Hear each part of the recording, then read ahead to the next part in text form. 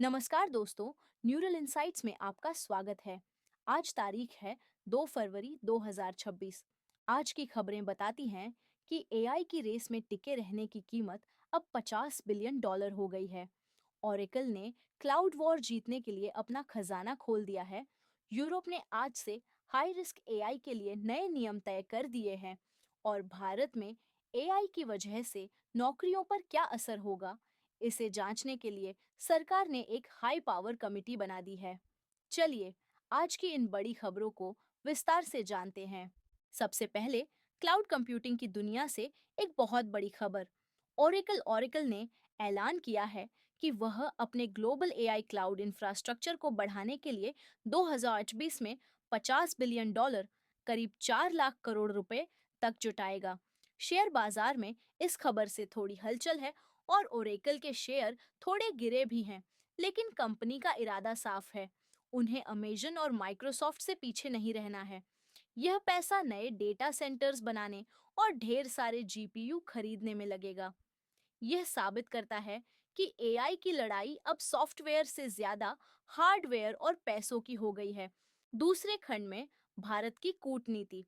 सरकार ने पुष्टि की है कि नई दिल्ली में 16 से 20 फरवरी तक होने वाले इंडिया एआई इम्पैक्ट समिट 2026 के लिए अब तक 35,000 से ज्यादा रजिस्ट्रेशन हो चुके हैं।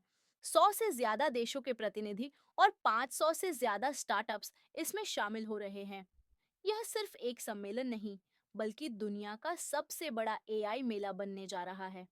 इसका मकसद सिर्फ बातें करना नहीं, बल्कि एआई को लैब से निकालकर जमीन पर उतारना है। खेती में, शिक्षा में और स्वास्थ्य में।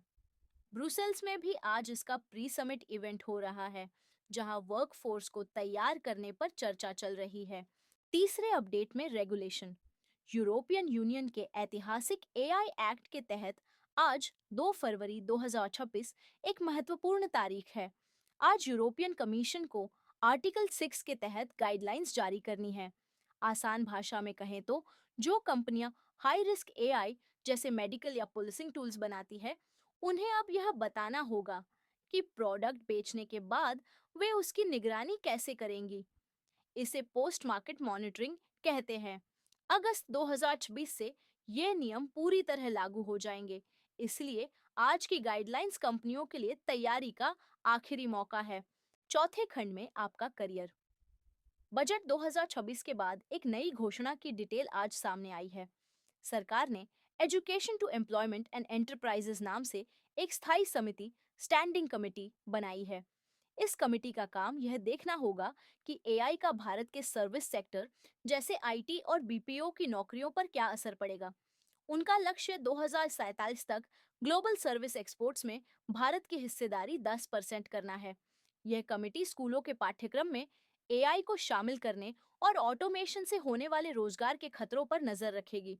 साथ ही बजट में इंडिया एआई मिशन के लिए 2000 करोड़ रुपए और क्वांटम मिशन के लिए 6003 करोड़ रुपए की पुष्टि की गई है। तो दोस्तों, 2 फरवरी का निष्कर्ष यह है, ओरेकल पैसों के दम पर रेस में बना रहना चाहता है। दुनिया भारत में एआई पर चर्चा करने आ रही है और यूरोप ने नियमों की किताब का अगला पन्ना खोल दिया है। साथ ही भारत सरकार अब गंभीरता से सोच रही है कि एआई आपकी नौकरी खाएगा या बढ़ाएगा। न्यूरल इंसाइट्स के साथ बने रहने के लिए धन्यवाद। लाइक, शेयर और सब्सक्राइब जरूर करें। कल मिलते हैं।